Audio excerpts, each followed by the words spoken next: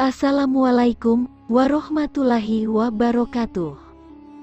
Allah Subhanahu wa Ta'ala melarang zina. Larangan ini difirmankan oleh Allah Subhanahu wa Ta'ala. Dan janganlah kamu mendekati zina. Quran Surah Al-Isra 32.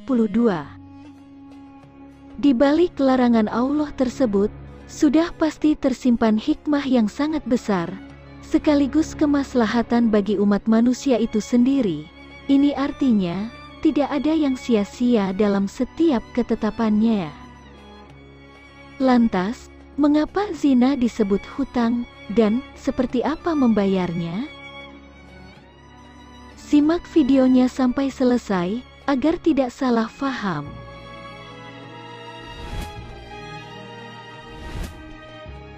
Sungguh, janganlah sekali-sekali meremehkan zina ini, karena dosanya begitu dahsyat dan mengerikan. Ancaman hukumannya pun tidak ringan, baik di dunia maupun di akhirat kelak, sebab Allah pun sudah berkali-kali mengazab mereka yang membiarkan dan menikmati perilaku hina dan keji ini. Perempuan yang berzina, dan laki-laki yang berzina, maka deralah tiap-tiap seorang dari keduanya 100 kali dera. Dan janganlah belas kasihan kepada keduanya mencegah kamu untuk menjalankan agama Allah, jika kamu beriman kepada Allah dari hari akhirat, dan hendaklah pelaksanaan hukuman itu disaksikan oleh sekumpulan dari orang-orang yang beriman.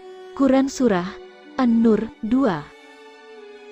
Melalui hadisnya, Rasulullah Shallallahu Alaihi Wasallam pun menyatakan, tidak ada dosa yang lebih besar di sisi Allah setelah syirik, kecuali dosa seorang lelaki yang menumpahkan spermanya pada rahim wanita yang tidak halal baginya. Ibnu Abi Al-Dunya. Karena itulah, Allah melarang zina. Allah memerintahkan hambanya agar selalu menjaga pandangan, agar terhindar dari dosa zina ini, seperti disebutkan dalam firman-Nya. Katakanlah kepada orang laki-laki yang beriman, hendaklah mereka menahan pandangannya, dan memelihara kemaluannya, yang demikian itu adalah lebih suci bagi mereka. Sesungguhnya Allah Maha mengetahui apa yang mereka perbuat. Katakanlah kepada wanita yang beriman, hendaklah mereka menahan pandangannya, dan kemaluannya, dan janganlah mereka menampakkan perhiasannya, kecuali yang biasa nampak daripadanya. Quran Surah An-Nur 30-31. Menundukkan pandangan mata merupakan dasar dan sarana untuk menjaga kemaluan. Oleh karena itu, dalam ayat ini Allah Ta'ala terlebih dulu menyebutkan perintah untuk menahan pandangan mata daripada perintah untuk menjaga kemaluan. Rasulullah bersabda, jika seseorang mengumbar pandangan matanya, maka dia telah mengumbar syahwat hatinya, sehingga mata pun bisa berbuat durhaka karena memandang, dan itulah zina mata. Suatu saat, Imam Asy-Syafi'i ditanya, mengapa hukum bagi pezina sedemikian beratnya? Wajah Asy-Syafi'i merah, pipinya merona delima. Karena, jawabnya dengan mata menyala, zina adalah dosa yang balak, akibatnya mengenai semesta keluarganya, tetangganya, keturunannya, hingga tikus di rumahnya dan semut di liangnya. Dalam kitab Imanul Taqwa, Imam Syafi'i juga berkata, bahwa zina adalah hutang, tidak akan terbayar oleh seorang pria yang berzina, bila istrinya, ibunya dan saudara perempuannya belum dizinahi lelaki lain, walau dari lubang pintu dalam rumahnya sekalipun.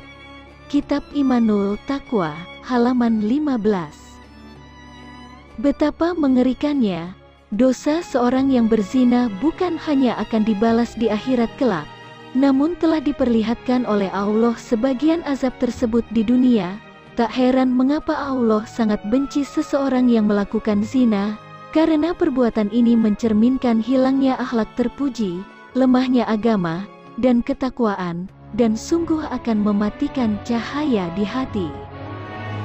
Tidakkah Anda berandai, mengapa Allah berfirman, dan janganlah rasa ibamu pada mereka menghalangimu untuk menegakkan agama, sebab zina seringkali datang dari cinta, dan cinta selalu membuat kita iba.